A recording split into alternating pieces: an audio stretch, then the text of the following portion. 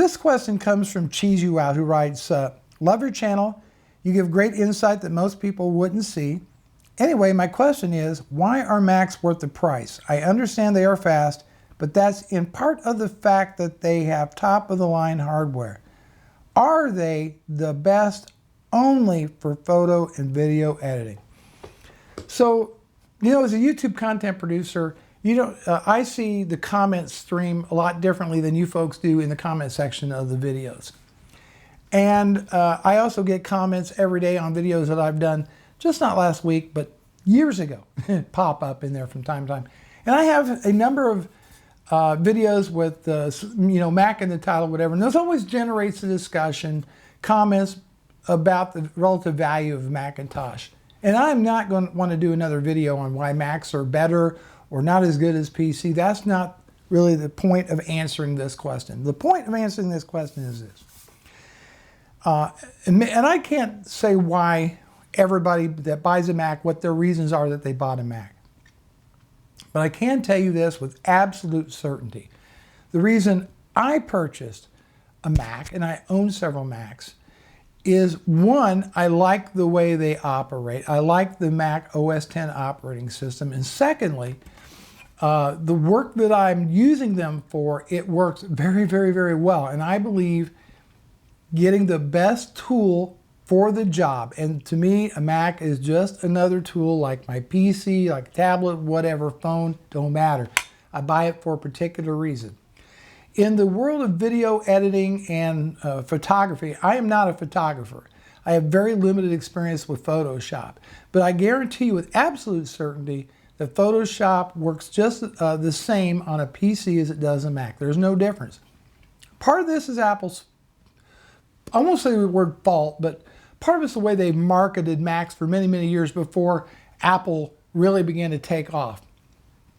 And they were marketed extensively to the creative professional community.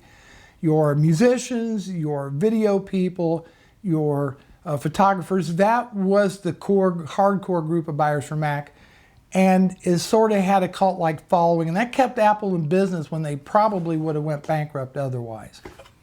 So, what Apple has done now is they've basically become so popular, basically based on their iOS devices. Now they're trying to be more mainstream with the Mac, right? And so they're not been paying as much love to the creative professionals they used to. They've dropped some creative professional applications, and they just about lost the professional video business by the radical change from Final Cut Pro 7 to Final Cut Pro 10. With that in mind, Final Cut Pro 10, to me, is an intuitive video editor. I like it, and it also renders really, really, really fast. In fact, it's based on the hardware. And this is what's important. Based on the hardware, a Mac running Final Cut Pro 10 rendering 4K video actually outperforms a PC running Premiere with equal hardware. And that has been my experience. MKB HD, if you follow his channel, just made the switch. And I'm talking about encoding video, not necessarily a whole video editing experience. A lot of people argue that Premiere is much better.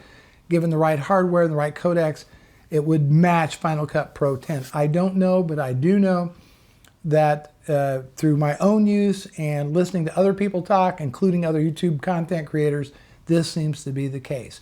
It just so happens that Final Cut Pro 10 runs on Mac. So that makes it the best tool for me. Being the best as a video editor, the word best can mean many different things to many different people.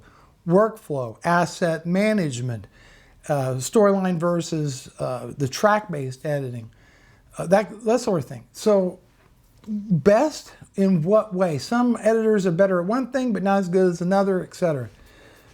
At the end, ultimately, it's really up to the person behind the computer to choose the right computer for them that gives them the workflow and the software that they're most comfortable and productive with. Hopefully that answers your question.